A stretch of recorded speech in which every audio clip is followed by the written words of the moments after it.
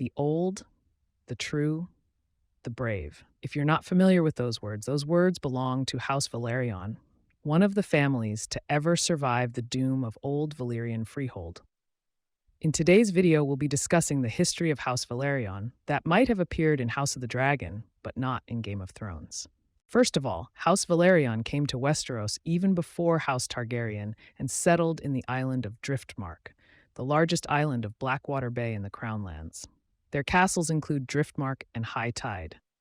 They have similar features of any Veleria house that can be characterized by silver hair and violet or deep blue eyes.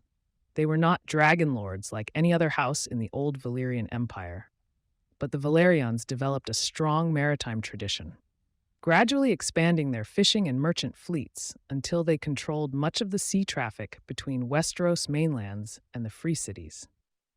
Now, here is one thing you need to understand. House Velaryon is a vassal like a banner family of House Targaryen, even before the doom of Veleria.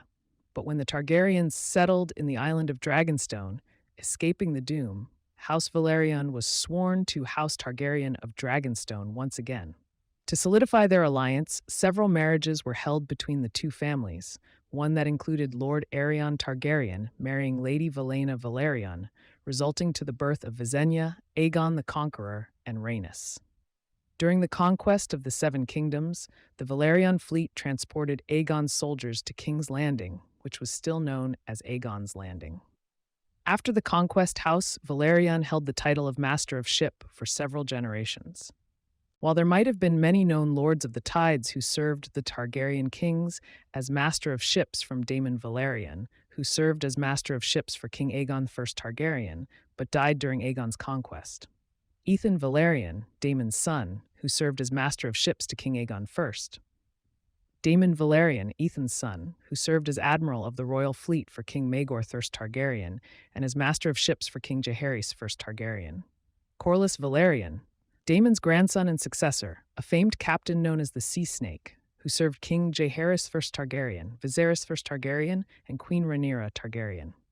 And Alyn Velaryon, Corlys's bastard son, who was legitimized by Queen Rhaenyra Targaryen and served as Master of Ship for King Aegon II Targaryen. Before the civil war of the Targaryen family, best known as the Dance of the Dragons, House Velaryon was the richest house in the Seven Kingdoms, surpassing even the Lannisters of Casterly Rock and Hightowers of Old Town.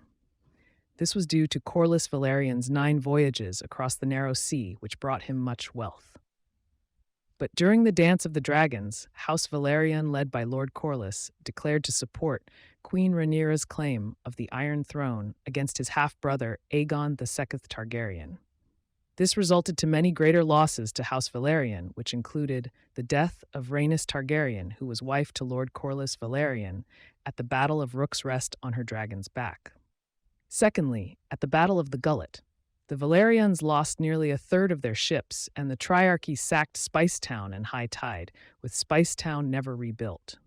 After the dance, which saw King Aegon II Targaryen defeating Rhaenyra, House Velaryon was left weakened.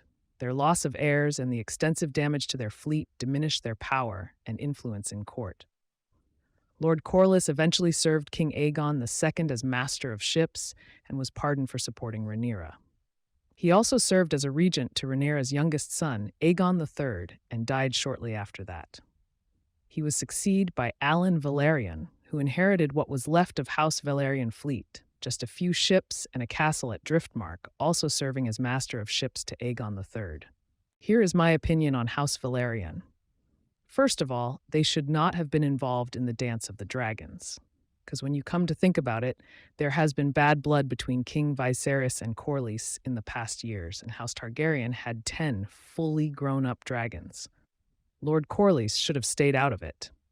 And just like Littlefinger said, chaos is the ladder.